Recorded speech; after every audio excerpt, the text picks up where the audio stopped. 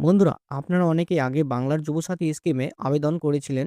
কেউ অনলাইনে, আবার কেউ দুয়ারে সরকার ক্যাম্পে গিয়ে অফলাইনে আবেদন করেছিলেন।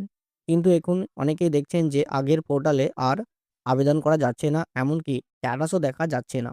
এই কারণে সরকার একটি নতুন যুবসাথী পোর্টাল চালু করেছে। আজকের ভিডিওতে আমি দেখাবো এই নতুন পোর্টালে কি অপশন রয়েছে এবং ভবিষ্যতে এখানে কি সুবিধা পাওয়া যাবে। প্রথমে আপনার মোবাইল বা কম্পিউটারের ব্রাউজার ওপেন করুন এবং সার্চ বারে লিখুন jubosati.wb.government.in। এই ওয়েবসাইটের লিঙ্ক আমার ভিডিও ডিসক্রিপশন বক্সে দেওয়া থাকবে। সেখান থেকে আপনারা সরাসরি এই পোর্টালে চলে আসতে পারবেন। এখনো এই পোর্টালে সম্পূর্ণভাবে কাজ শুরু হয়নি, তবে ভবিষ্যতে এখান থেকেই সব সার্ভিস দেওয়া হবে। ওয়েবসাইট ওপেন করলে আপনার সামনে এই ধরনের একটি পেজ দেখতে পাবেন। উপরে দেখতে পাবেন বাংলার Yuvasathi, department of youth service and sport. এর পাশে রয়েছে অফিসিয়াল লগইন।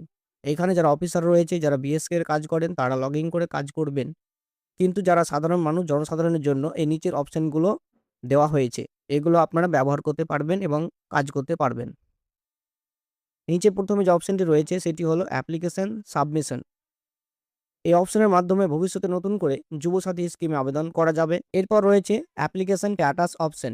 এখানে যারা আগে আবেদন করেছেন তারা এখান থেকে তাদের আবেদন স্ট্যাটাস চেক করতে পারবেন। এরপর রয়েছে পাবলিক নোটিশ অপশন।